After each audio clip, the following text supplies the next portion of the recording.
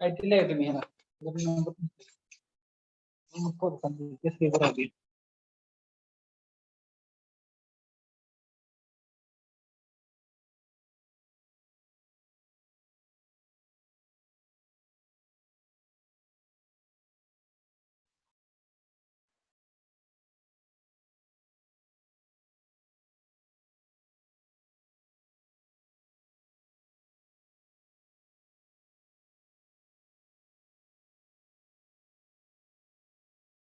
Hello sir.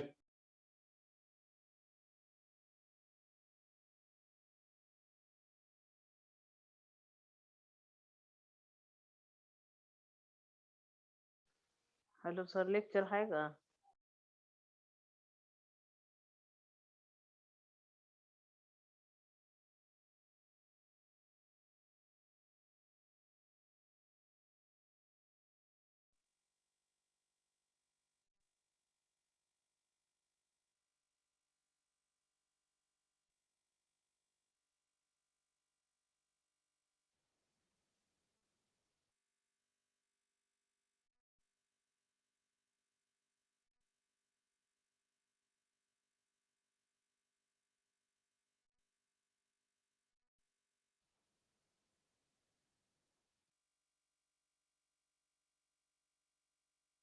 तर बघा आपण कॅरेक्टरिस्टिक्स ऑफ स्टँडर्ड युनिट बघत होतो.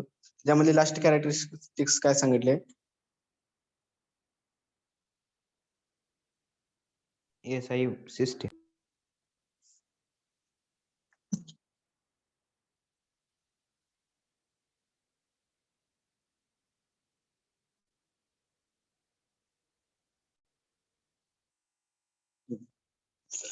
It should be easily accessible. Okay, आता हे काय झालं? Characteristics of standard unit. जे काय स्टँडर्ड युनिट आहे ते काय आहे?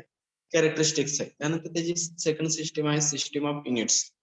दिस system was first introduced in France. म्हणजे ही जी सिस्टीम आहे तर फ्रान्स या कंट्रीने पहिल्यांदा शोधून काढलेले आहे. It is also non as Gaussian system. आणि त्या सिस्टीमला जे काय नेम दिलेला आहे ते काय नेम आहे? Gaussian system. It is based on the centimetre, gram and second. म्हणजे ही जी सिस्टीम आहे ही सिस्टीम डिपेंड कशावर आहे? सेंटीमीटर, ग्रॅम आणि सेकंद वरती आहे. ऍज अ हे सेंटीमीटर, ग्रॅम आणि सेकंद हे काय आहे? ऍज अ फंडामेंटल युनिट्स आहे. हे काय आहे? Fundamental units. लेंथ, मास आणि टाइम. कोणाचे फंडामेंटल युनिट्स आहेत? तर फंडामेंटल क्वांटिटीचे फंडामेंटल युनिट्स आहेत. त्या कोणत्या फंडामेंटल क्वांटिटी आहेत? लेंथ, मास आणि टाइम. लेंथ, मास आणि टाइम. तीन फिजिकल क्वांटिटीज, तीन फंडामेंटल क्वांटिटीचे युनिट आहेत. आता ह्या ज्या तीन फंडामेंटल क्वांटिटी आहेत ह्या तीन फंडामेंटल क्वांटिटीला कोणत्या क्वांटिटी म्हटलं जातं? तर बेस क्वांटिटी सुद्धा म्हटलं जातं. म्हणजे तीन फंडामेंटल क्वांटिटी आहेत त्या तीन फंडामेंटल क्वांटिटीलाच काय म्हटलं जातं? बेस क्वांटिटी सुद्धा म्हटलं जातं. म्हणजे ह्याच्यावर आपण काय सांगू शकतो? In this system depends on the length, mass and time. System of units are depends on the three basic quantity or fundamental quantity. Which quantity? Length, mass आणि टाइम. ह्या तीन फंडामेंटल क्वांटिटीवर काय डिपेंड असते? System of unit. त्यातली पहिली system of unit आपण काय बघितली? CGS. CGS म्हणजे centimetre, gram, second. Second system आहे MKS system. This system was also introduced in France. It is also known as French system. म्हणजे हे फ्रान्सने कंट्रीने शोधून काढलेले म्हणून इंट्रोड्यूस करून दिलेले म्हणून त्याला फ्रेंच सिस्टीम म्हटलेलं आहे. Same it is based on the meter, kilogram आणि सेकंद. मीटर मधला M, किलोग्राम मधला K आणि सेकंद मधला S. त्याच्यापासून सिस्टीम तयार झालेली आहे MKS system. It is based on meter, kilogram and second. ही जी सिस्टीम आहे ती डिपेंड कशावर आहे? मीटर, किलोग्राम आणि सेकंद वर. As the fundamental unit of length, mass and time. ही जी सिस्टीम आहे तर ही सुद्धा त्याच तीन फंडामेंटल क्वांटिटीवर डिपेंड आहे. कोणत्या तीन फंडामेंटल क्वांटिटीवरती? लेंथ, मास आणि टाइम. लेंथ, मास आणि टाइम ह्याच तीन फंडामेंटल क्वांटिटीवर काय असतात? ते तीन युनिट्स डिपेंड्स आहेत. म्हणजे त्याला सुद्धा MKS. त्यानंतर FPS सिस्टीम आहे. FPS सिस्टीम मध्ये आपण बघितलेलं आहे की F म्हणजे फूट, P म्हणजे पाऊंड आणि S म्हणजे सेकंद. सेम लेंथ, मास आणि टाइम काय आहे? लेंथ, मास आणि टाइम याच तीन फंडामेंटल युनिट वरती ते तीन युनिट डिपेंड्स आहेत. म्हणजे फूट, पाऊंड आणि second as the fundamental unit of length, mass and time. Okay. Next one, SI system. In 1971, General Conference of Weight and Measures held its meeting and decided a system of unit for international uses. म्हणजे हे जे system आहे या सिस्टमचा international uses ह्याच्यामध्ये काय केलेलं आहे त्या 1971 जी काय जनरल कॉन्फरन्स झालेली होती त्या जनरल कॉन्फरन्स मध्ये सिस्टम ऑफ युनिट जी काय हे झाली होती डिसाइड झाली मीटिंग झालेली होती तर त्याच्यावरती ही जी सिस्टम आहे SI सिस्टम तर ही इंटरनॅशनल युजेस म्हणजे इंटरनॅशनल लेवलला यूज करायची असं त्या ठिकाणी डिसाइड झालेलं होतं. This system is also called as international system. International system of units ही जी सिस्टम आहे तर ही सिस्टमलाच काय म्हटलं जातं इंटरनॅशनल सिस्टम ऑफ युनिट.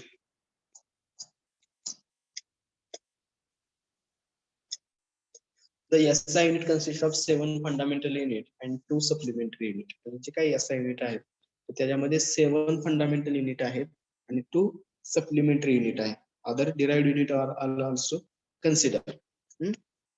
तर ते टेबल दिलेलं आहे बघा सिस्टम दिलेले आहेत FPS, CGS आणि MKS. आता SI सिस्टम का दिलेलं नाही तर SI सिस्टम मधले युनिट आणि MKS सिस्टम मधले जे काही युनिट आहेत ते जवळपास काय असतात सेम आहेत. MKS सिस्टम मधले युनिट आणि SI सिस्टम मधले जे काही युनिट आहेत तर ते ऑल 99% युनिट जे आहेत ते दोन्ही सिस्टम मध्ये सेम युनिट आहेत म्हणजे FPS, CGS आणि MKS. आता FPS सिस्टम मध्ये लेंथ युनिट असते पाऊंड, फूट, मास युनिट असते पाऊंड आणि टाइम युनिट असते सेकंद. CGS सिस्टम मध्ये लेंथ युनिट असते सेंटीमीटर, मास युनिट असते ग्रॅम, टाइम युनिट असते सेकंद. MKS सिस्टम मध्ये लेंथ युनिट असते मीटर, मास युनिट असते किलोग्रॅम आणि टाइम युनिट असते सेकंद. हा जर टेबल तुम्ही व्यवस्थितपणे लक्षात ठेवला तर तुम्हाला ह्याच्यामध्ये काय अडचण येणार नाही म्हणजे कोणत्या सिस्टम मध्ये त्याचं युनिट काय आहे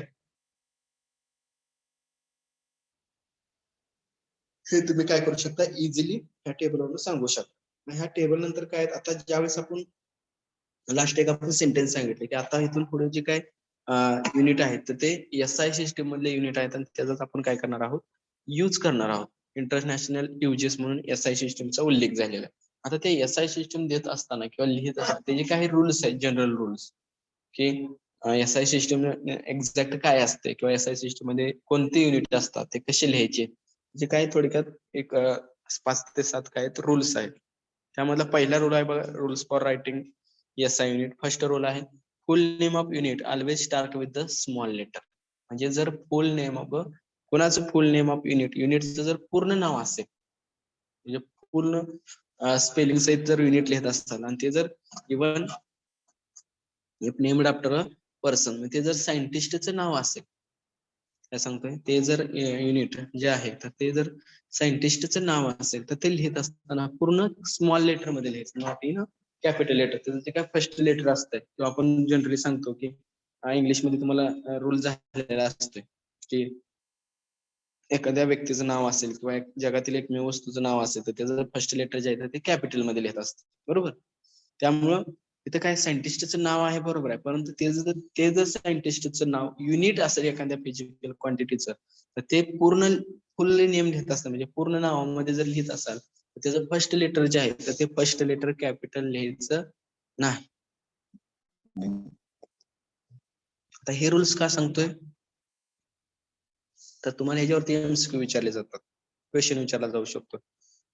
the SI unit of force is dash dash. त्या ठिकाणी न्यूटन हे स्मॉल लेटर मध्ये पण लिहिलेलं असतं न्यूटन हे कॅपिटल लेटर मध्ये पण लिहिलेलं असतं. त्याचं SI युनिट कोणतं बरोबर केलं जातं जे स्मॉल लेटर मध्ये लिहिलंय म्हणजे पहिल्या दुसऱ्या लिपीत म्हणतो आपण मराठी भाषेमध्ये पहिली लिपी दुसरी लिपी असं म्हणतो. जे स्मॉल लेटर मध्ये जे काही लिहिलेला न्यूटन आहे तर तो न्यूटन त्या ठिकाणी काय केला जातो कन्सिडर केला जातो म्हणजे ते तुमचा आन्सर करेक्ट आन्सर आहे.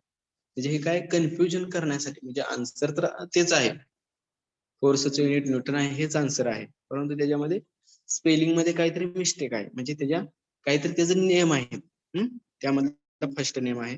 नंतर सेकंड रूल काय आहे even symbol for unit named after a scientist should be in capital letter. फक्त जर सिम्बॉल जर आपण त्या ठिकाणी यूज करत असो, सायंटिस्टच्या नावाचा सिम्बॉल जर यूज करत असो, तर तो सायंटिस्टच्या नावाचा जो काही सिम्बॉल आहे तो सिम्बॉल आपण काय करतो, इन अ कॅपिटल लेटर. म्हणजे फक्त जर त्याचं सिम्बॉल यूज करणार असेल तर सिम्बॉल यूज करताना कसा यूज करायचा, फक्त कॅपिटल लेटर मध्ये जो सिम्बॉल काय करायचा, यूज करायचा. Generally for example N for Newton, A for ampere, K for kelvin आणि सी फॉर कुलम. आता हे जे दोन रूल झाले, तर हे पहिले दोन रूल कोणासाठी झाले, तर even named of a person, म्हणजे जर सायंटिस्टचं नाव असेल तर त्यावेळेस फुल नेम असेल तर कसं लिहायचं, जर ते शॉर्ट मध्ये जर लिहिणार असेल तर ते शॉर्ट मध्ये लिहित असताना कशा पद्धतीने लिहायचं, हे काय त्याचे फर्स्ट टू रूल्स. या दोन रूल मध्ये कोणाला काय अडचण? No, sir.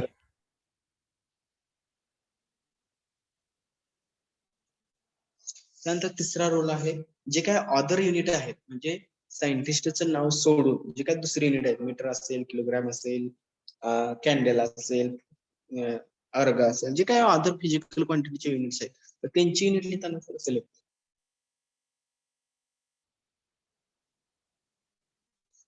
ते युनिट लिहित असताना कशा पद्धतीने लिहायचं बघा. M for metre in small letter मध्ये सर्व युनिट लिहायचे. Symbol for all other unit are written in small letter, म्हणजे जे काय स्मॉल युनिट आहेत, सॉरी अदर युनिट आहेत, त्यांचा जर सिम्बॉल लिहित असताना ते कशामध्ये लिहायचं, स्मॉल लेटर म्हणजे M for metre, K G for kilogram, S for second, C D for candela. हे लिहित असताना कशामध्ये लिहायचं, सर्व स्मॉल लेटर मध्ये. One space is left between the last digit of the number and the symbol of unit, म्हणजे unit आणि symbol number याच्यामध्ये काय पाहिजे, मिनिमम एक स्पेस तर कन्सिडर केला पाहिजे. म्हणजे एक नंबर न्यूमेरिकल व्हॅल्यू जी येते, आपण जेव्हा मेजरमेंट करतो तर ती मेजरमेंट करतो आपण दोन पार्ट मध्ये मेजरमेंट करतो.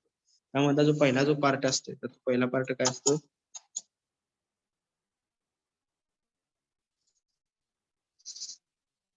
पहिला जो पार्ट आहे तो पहिला पार्ट काय असतो, मॅग्निट्यूड, आणि सेकंड पार्ट काय असतो, न्यूमेरिकल व्हॅल्यू. त्याला आपण मॅग्निट्यूड म्हटलं होतं. आणि सेकंड जो पार्ट आहे त्या सेकंड पार्टला काय म्हटलं जातं, स्टँडर्ड युनिट. म्हणजे स्टँडर्ड युनिट आणि मॅग्निट्यूड ह्याच्यामध्ये काय पाहिजे, एक स्पेस महत्वाचा आहे. न्यूमेरिकल व्हॅल्यू आणि स्टँडर्ड युनिट ह्याच्यामध्ये minimum one space will be required. जर त्यामध्ये स्पेस नाही दिला तर आपलं काय होत असतं, ज्यावेळेस आपण एखाद्या फिजिकल क्वांटिटीचे युनिट लिहित असतो तर आपल्याला समजत नाही की 10 ग्रॅम आहे का 100 न्यूमीटर आहे, बरोबर. म्हणजे हे जर आपण व्यवस्थितपणे स्पेस देऊन जर लिहिलं, नाही तर स्पेस जास्त दिलं तुम्हाला समजलं असेल, पण त्यामध्ये मिनिमम वन स्पेस, स्पेस म्हणजे तुम्हाला सर्वांना समजते, एक स्पेस जर दिला खालच्या टिपवर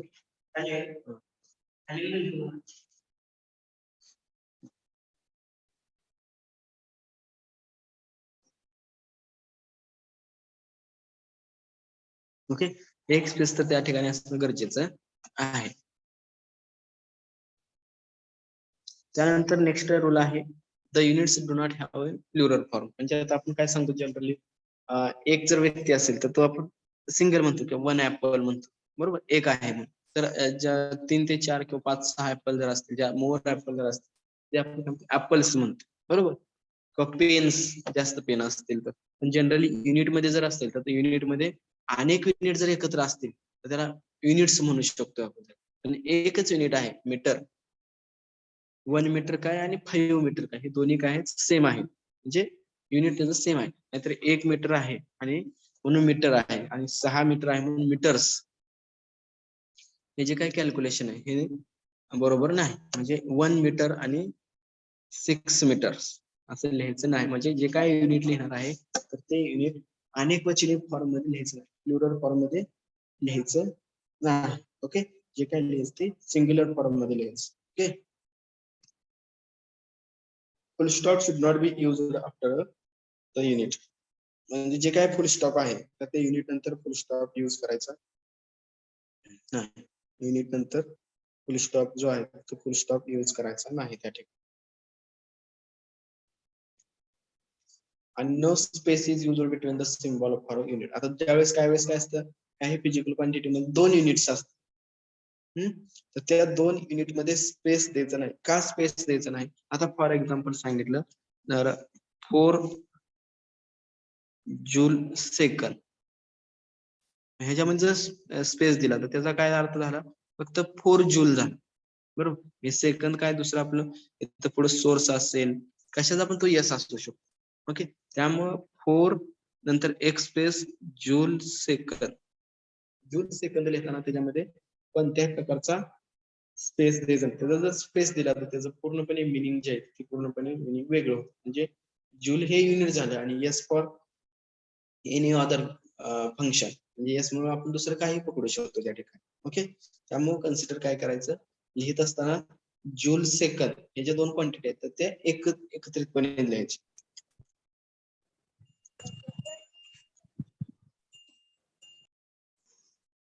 बोला.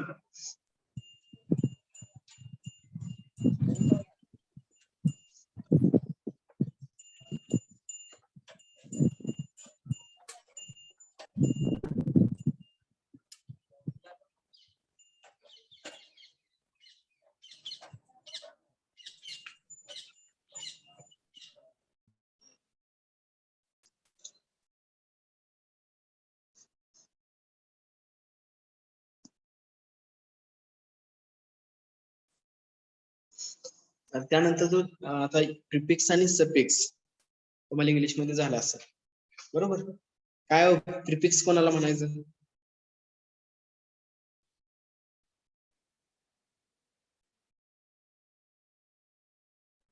कोणाला म्हणायचं प्रिफिक्स आणि सफिक्स?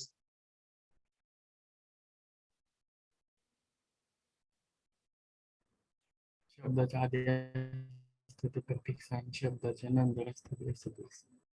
वर्डच्या अगोदर जे वापरलं जातं त्याला प्रिफिक्स म्हटलं जातं आणि वर्डच्या नंतर जे वापरलं जातं त्याला काय म्हटलं जातं?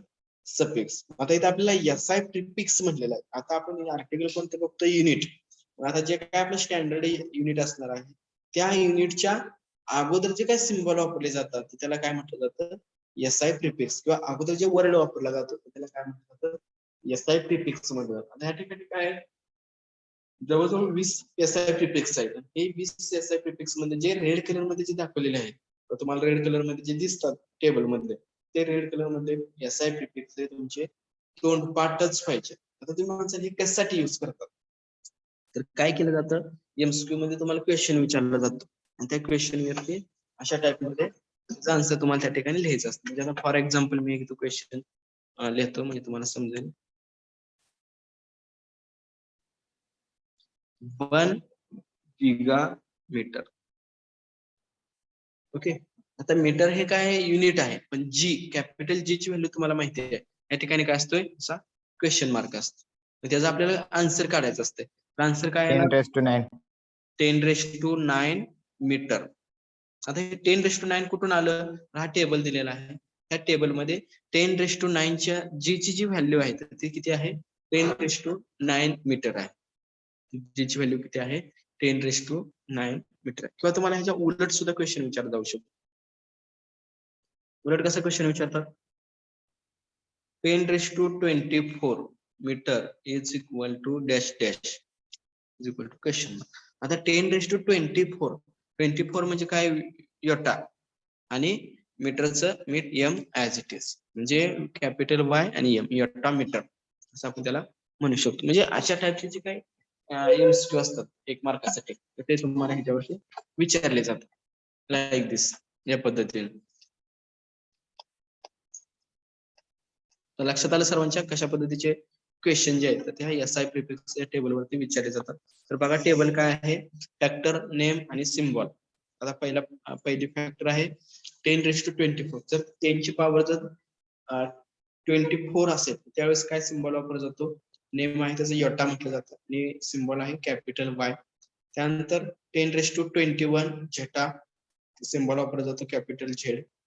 10⁻18 हेक्सा, त्यासाठी सिम्बॉल वापरला जातो ई. 10⁻15 पेटा, त्यासाठी सिम्बॉल वापरला जातो कॅपिटल पी. 10⁻12 टेरा, त्यासाठी सिम्बॉल वापरला जातो कॅपिटल टी. 10⁻9 गिगा, त्यासाठी सिम्बॉल वापरला जातो कॅपिटल जी. 10⁻6 त्यासाठी सिम्बॉल आहे मेगा, सॉरी नेम आहे मेगा, त्यासाठी सिम्बॉल वापरला जातो कॅपिटल एम. 10⁻3 त्यासाठी सिम्बॉल आहे किलो, त्यासाठी सिम्बॉल वापरला जातो के. 2 साठी hecto small h 10⁻1 deca DA. हे झालं ज्याची पॉवर 10 ची जी काही पॉवर आहे तर ती 10 ची पॉवर कशामध्ये आहे तर प्लस मध्ये आहे. 10 ची जी काही पॉवर आहे ती 10 ची पॉवर कशामध्ये आहे प्लस मध्ये आहे. बरोबर बरोबर बघा तुम्ही पहिला जो फॅक्टर आहे 10⁻24 टू 10⁻1 त्या सर्वांची पॉवर जी आहे ती प्लस मध्ये आहे. आता ह्याच्या उलट 10 ची पॉवर जर मायनस मध्ये असेल तर मायनस साठी काय आहे बघा 10⁻1 deci small d 10⁻2 centi small c 10⁻3 milli small m 10⁻6 micro symbol दिलेला आहे यू दिलेला आहे बघा. यूचा आपण दोन्ही साईडला आपण यूच्या एका बाजूला हे करत असतो म्हणजे यू काढत असताना आपण कसं करतो असं बरोबर अशा पद्धतीने यू काढतो. मायक्रो काढत असताना आपण यूच्या या साईडला आपण डॅश मारायचं काय होतंय मायक्रो. त्यानंतर नॅनो 10⁻9 म्हणजे नॅनो स्मॉल एन सिम्बॉल वापरला जातो. 10⁻12 पिका स्मॉल पी सिम्बॉल वापरला जातो. 10⁻15 फेमटो स्मॉल एफ सिम्बॉल वापरला जातो. 10⁻18 अटा ए सिम्बॉल वापरला जातो. 10⁻21 झेप्टो स्मॉल झेड त्यासाठी यूज केलं जातं आणि 10⁻24 ऑक्टो स्मॉल वाय. आता कॅपिटल वाय आणि कॅपिटल लेटर आणि स्मॉल लेटर तर जनरली जर आपण लक्षात घेतल्या टेबलवरून काय सांगू शकतोय जे काय कॅपिटल सिम्बॉल वापरलेले आहेत ते कॅपिटल सिम्बॉल कशासाठी वापरलेले आहेत ज्यावेळेस 10 ची पॉवर जी आहे ती जर प्लस मध्ये असेल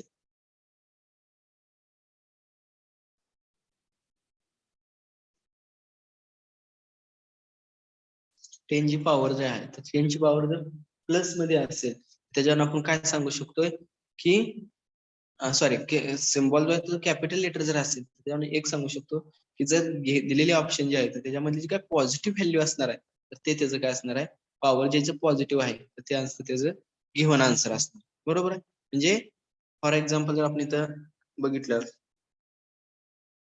एक एक्झाम्पल घेतलं 1 megawatt is equal to question mark. त्याचा ए हा ऑप्शन आहे 10⁻6 बी हा ऑप्शन आहे 10⁻6 सी ऑप्शन आहे 10⁻9 आणि डी ऑप्शन आहे 10⁻4. तर ह्याच्यावर आपण आन्सर काय सांगू शकतोय की option A is correct by because of the A answer बरोबर आहे का तर या ठिकाणी एम वापरलेला आहे कॅपिटल एम आणि कॅपिटल एम म्हणजे काय म्हणतो आपण 10⁻6 म्हणतो का तर जनरली जर आपण इथं बघितले तर बाकीच्यांची जी पॉवर आहे पॉवर काय निगेटिव्ह आहे म्हणजे त्या ठिकाणी स्मॉल लेटर वापरायला पाहिजे होतं आणि त्या ठिकाणी कॅपिटल लेटर वापरलेलं आहे म्हणजे त्याच्यावर आपल्याला ती ट्रिक म्हणून आपण लक्षात ठेवू शकतो. कधी जर त्या ठिकाणी 3 ऑप्शन निगेटिव्ह असतील आणि एक जर पॉझिटिव्ह असेल तर जर ह्याच्यामध्ये अजून एक पॉझिटिव्ह असेल 10⁻9 ची पण पॉवर पॉझिटिव्ह असेल तर त्यावेळेस आपल्याला हा रेड कलर मध्ये जेवढ्या व्हॅल्यू आहेत तेवढ्या तर व्हॅल्यू आपल्याला मिनिमम लक्षात ठेवाव्याच लागतात. ओके तर अशा पद्धतीचे जे काही क्वेश्चन आहेत ते ह्याच्यावरती विचारले जातात. तर ह्याच्यामध्ये काय अडचण आहे का कोणाला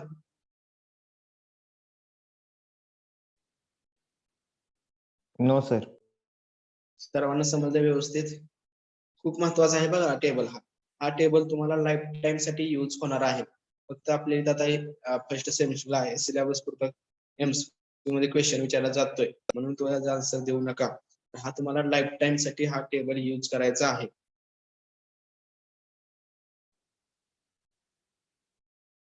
ओके सर्वांना समजलंय टेबल याच्यामध्ये काय अडचण आहे का कोणाला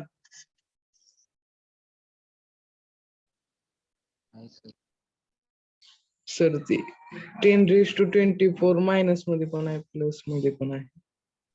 प्लस मध्ये असेल तर त्याचा सिम्बॉल कॅपिटल वाय आहे आणि मायनस मध्ये जर असेल तर त्याचा सिम्बॉल स्मॉल वाय आहे. इथे तुम्ही लक्षात ठेवत असताना त्याचा सिम्बॉल जो आहे तो सिम्बॉल कशावरून आहे प्लस म्हणजे काय झालं 10⁻+24 म्हणजे काय सांगतो आपण 10 वरती 24 शून्य आहे त्याचा अर्थ काय झाला 10 वरती काय झालं 24 शून्य आहे आणि 10⁻24 म्हणजे 1/10 वरती 24 शून्य असा अर्थ असतो तेव्हा. ते आपण बघणार आहे. तुम्हाला घातांकाचे नियम पॉवरचे रूल्स झाले असतील किंवा नसतील, जर नसतील झाले तर आपण ते पुढे डायमेन्शनचा जो पार्ट आहे तो डायमेन्शनच्या पार्ट मध्ये आपण ते रूल्स बघणार आहोत. की मायनस पॉवर कशी झाली, प्लस पॉवर कशी झाली, तर ते आपण बघणार आहोत.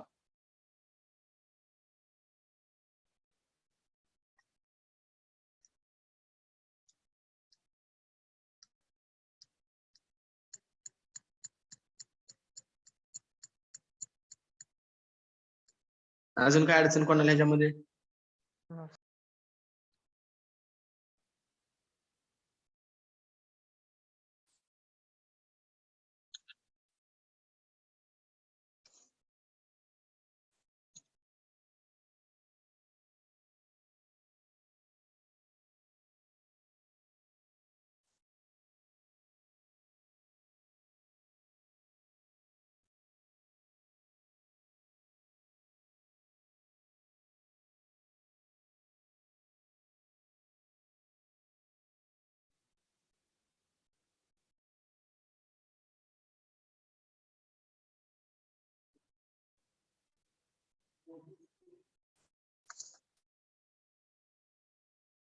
तर बघा काही एक्झाम्पल आहेत, तुम्ही सॉल्व्ह करायचे आहेत.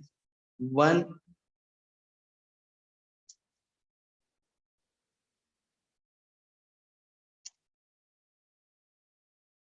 Micrometre is equal to dash dash. कोण सांगते आन्सर?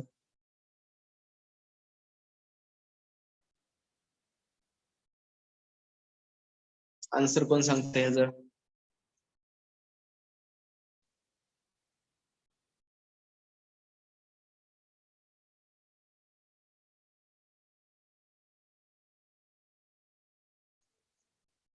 कोण सांगते answer? 1 micrometre is equal to question mark.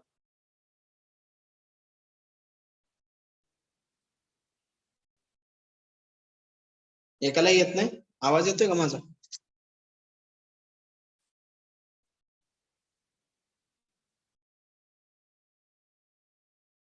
(10⁻⁶). 10 काय ना -6 कसे जातात? आता ज्यावेळेस आपण इथं व्हॅल्यू लिहितो तर फक्त काय लिहितोय, ह्या सिम्बॉलची व्हॅल्यू लिहित असतो. त्यामुळे युनिट जे आहे तर ते युनिट परत स्टँडर्ड ऍज इट इज राहणार. म्हणजे 1 micrometre is equal to 10⁻⁶ metre. नंतर नेक्स्ट आहे 1 nm इज इक्वल टू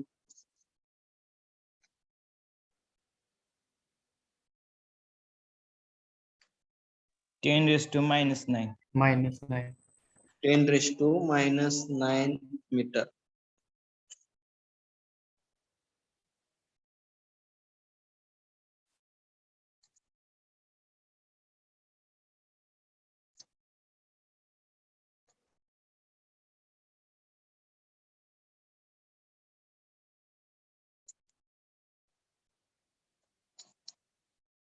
त्यानंतर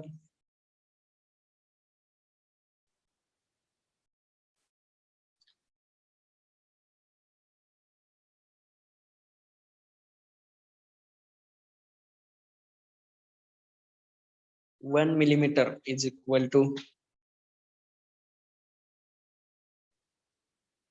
10⁻⁶ मीटर. -3 मीटर.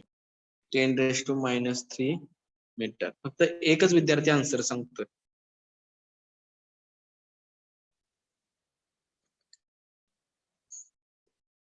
चैतन्य पाटील.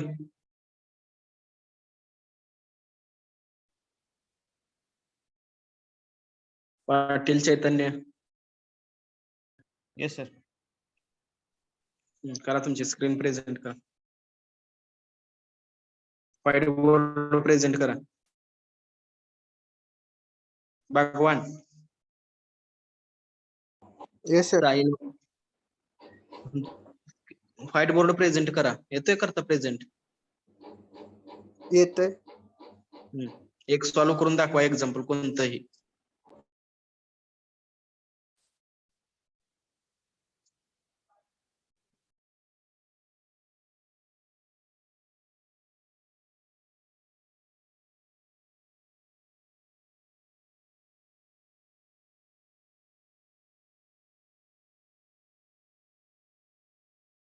सॉल्व करा. 1 capital G H Z.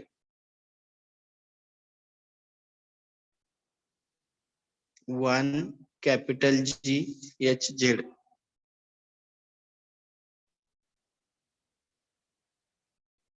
Is equal to काय येते बघा आन्सर त्यात सांगा बघू. 10 raised to 9 meter. 10 raised to 9.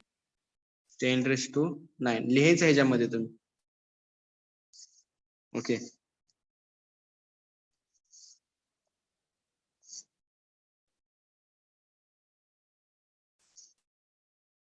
भगवान स्पष्ट करा परत मला रिटर्न.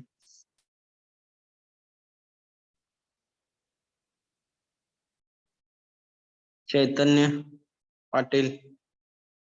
Yes, sir.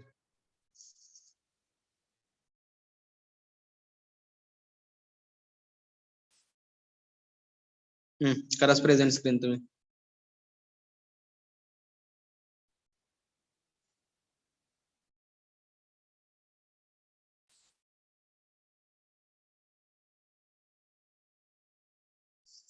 तुम्ही सॉल्व करायचं.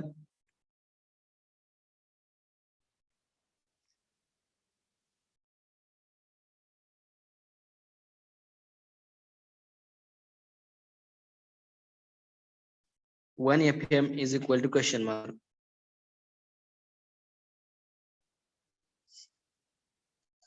करा बघू सॉल्व.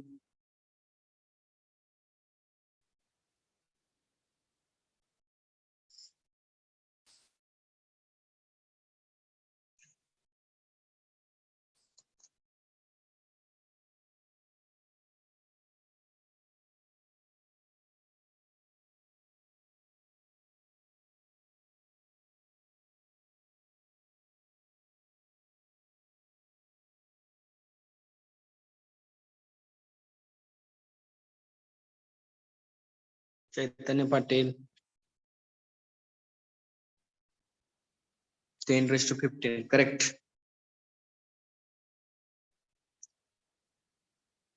ओके. करा फर्स्ट मला.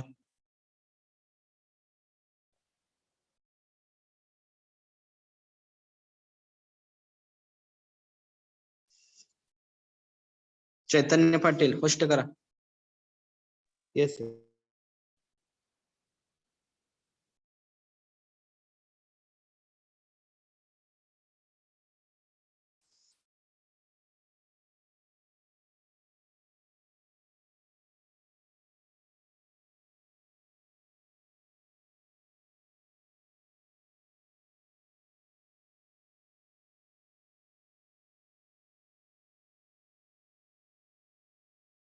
पाटील चैतन्य.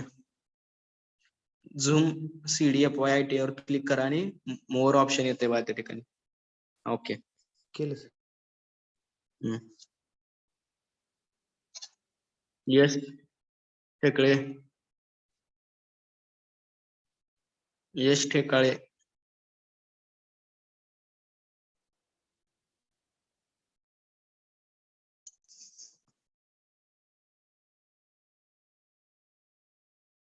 विश्वास गोरे.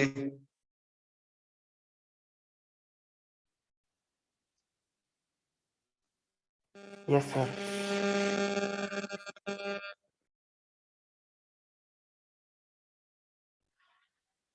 करा स्क्रीन प्रेझेंट तुमची. गोरे विश्वास.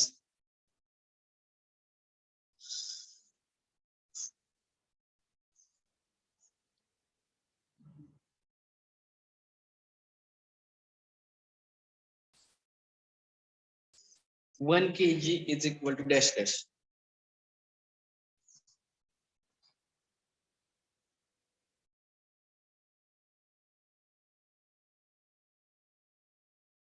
सर ते ग्रॅम मध्ये लिहायचंय का?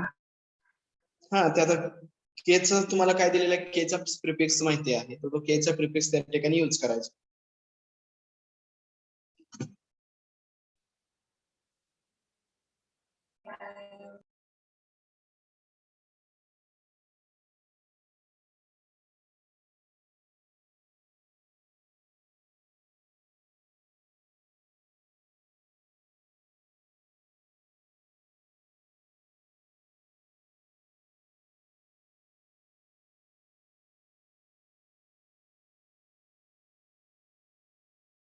Okay good. म्हणजे आपण काय केलं, हे जे प्रिफिक्स आहेत तर ह्या प्रिफिक्सच्या सहाय्याने आपण काय करतोय, तर आपल्याला कोणतंही जर एक्झाम्पल दिलं एक्झाम मध्ये तुम्हाला ते सॉल्व्ह करता आलं पाहिजे. ओके, अशा पद्धतीचे एक्झाम्पल काय त्याचा तुम्हाला एमसीक्यू मध्ये विचार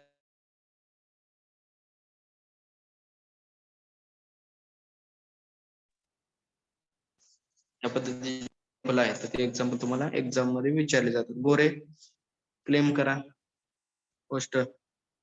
ओके,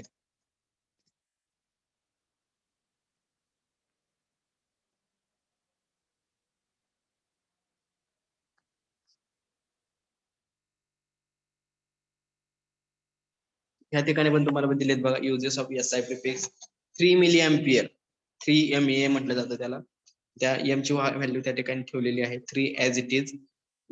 स्मॉल एम ची व्हॅल्यू आहे 10⁻³ ए पण ऍज इट इज. म्हणजे फक्त युनिटच्या अगोदर जो काय प्रिफिक्स वापरलेला आहे तर त्या प्रिफिक्सचं फक्त आपण व्हॅल्यू त्या ठिकाणी लिहिणार आहोत.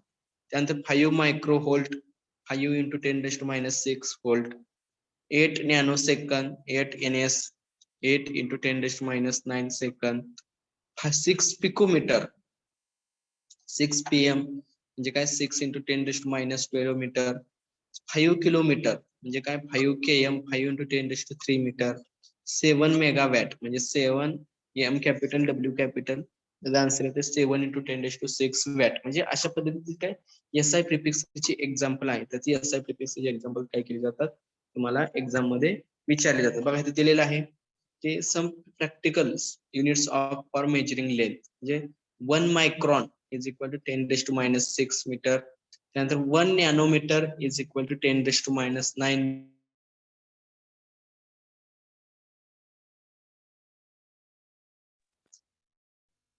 त्यानंतर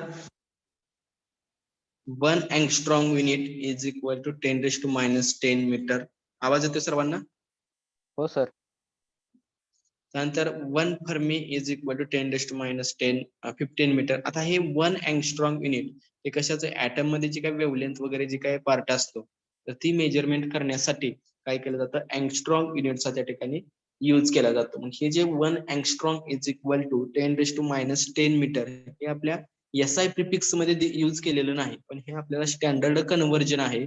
1 angstrom is equal to 10⁻10 metre. हे तुम्ही कंपल्सरी लक्षातच ठेवायचं. म्हणजे ज्यावेळेस आपण लास्ट चॅप्टर मध्ये जे काय एक्स रे वेव्हलेंथ जो काय बघणार आहोत पार्ट तर त्या पार्ट मध्ये आपल्याला हे अँगस्ट्रॉंग युनिट वेव्हलेंथ जी काय असते तर ती वेव्हलेंथ मेजरमेंट करण्यासाठी आपल्याला त्याचा यूज होतं. 1 angstrom is equal to 10⁻10 metre. Okay, त्यानंतर इथे एक एक्झाम्पल म्हणून दिलेलं आहे. तर लेंथचं अजून एक युनिट तुम्हाला आता माहिती नव्हतं, ते नवीन युनिट तयार झालेलं आहे. तर ते नवीन युनिट काय आहे तर लाईट इयर. आता लाईट इयर हे बऱ्याच वेळेस एमसीक्यू मध्ये क्वेश्चन विचारला जाऊ शकतो, विचारला जातो. The light year is the unit of dash dash quantity. Light year बरेच जण काय म्हणतात इयर आहे म्हणजे कशाचं युनिट असणार आहे टाइमचं युनिट असणार आहे. बरोबर, इयर आहे म्हणजे काय झालं हे टाइमचं युनिट आहे. पण हे टाइमचं युनिट नसून हे कशाचं युनिट आहे लेंथचं युनिट आहे. म्हणजे light year it is the distance travelled by light in vacuum in 1 year. म्हणजे जे काय डिस्टन्स ट्रॅव्हल होत आहे लाईटचं ते कशामध्ये व्हॅक्युम मध्ये आणि ते एका इयर मध्ये, तर त्याला काय म्हटलं जातं 1 लाईट इयर म्हटलं जातं. त्याची जी व्हॅल्यू असते 1 लाईट इयरची ती व्हॅल्यू असते 9.5 × 10⁻15 मीटर. बऱ्याच वेळेस एमसीक्यू मध्ये ह्याच्यावरती क्वेश्चन विचारलेला आहे. आतापर्यंत बऱ्याच वेळेस त्याच्यामध्ये काय केलं एमसीक्यू मध्ये क्वेश्चन विचारलेला आहे. 1 light year is equal to 9.5 × 10⁻15 meter. हे एमसीक्यू मध्ये क्वेश्चन पण विचारला जाऊ शकतो की which of the light year is the dash dash unit. कसं कोणाचं युनिट तर लेंथ या फिजिकल क्वांटिटीचं युनिट आहे. जेणेकरून तुम्हाला ते आतापर्यंत माहिती नव्हतं, ते आता तुम्हाला नवीन युनिट आहे आणि ह्याच्यावरती एक हमखास 100% एक क्वेश्चन असतोच. आता जे सांगतोय ते जर तुम्ही सांगितलं लक्षात ठेवलं की ह्याच्यावरती क्वेश्चन असते त्याच्यावरती क्वेश्चन असतोय, ते जर तुम्ही व्यवस्थितपणे लक्षात ठेवलं त्याच्यावरती तुम्हाला जवळजवळ 70 ते 80% मार्क त्याच्यावर मिळून जातात. म्हणजे आतापर्यंत जे काही क्वेश्चन पेपर अजूनही क्वेश्चन आहेत त्यामधलेच क्वेश्चन रिपीटेड होतात. ऑनलाईन असेल तर त्यांचं काय 200 क्वेश्चनचा एक बंच असतो बँक तयार केलं असेल त्याचेच फक्त क्वेश्चन जे आहे ते शफल होतात. त्याच्यावरती हा एक क्वेश्चन लास्ट टाइमच्या एक्झाम मध्ये विचारलेला होता. 1 light year is equal to 9.5 into 10⁻15 hertz. Sorry 15 meter. म्हणजे कशाचं आहे लाईट इयर हे लेंथचं युनिट आहे. हे एक लक्षातच ठेवा. ओके, तर इथपर्यंत काय अडचण आहे का? हा पार्ट जो आहे तुम्हाला याच्या नोट्स ग्रुपवरती पाठवून देतो व्यवस्थितपणे. ते जी आपली क्लास मधली नोटबुक आहे त्या नोटबुक मध्ये लिहून काढ. ओके, काय अडचण आहे का आता ह्याच्यामध्ये? No, sir.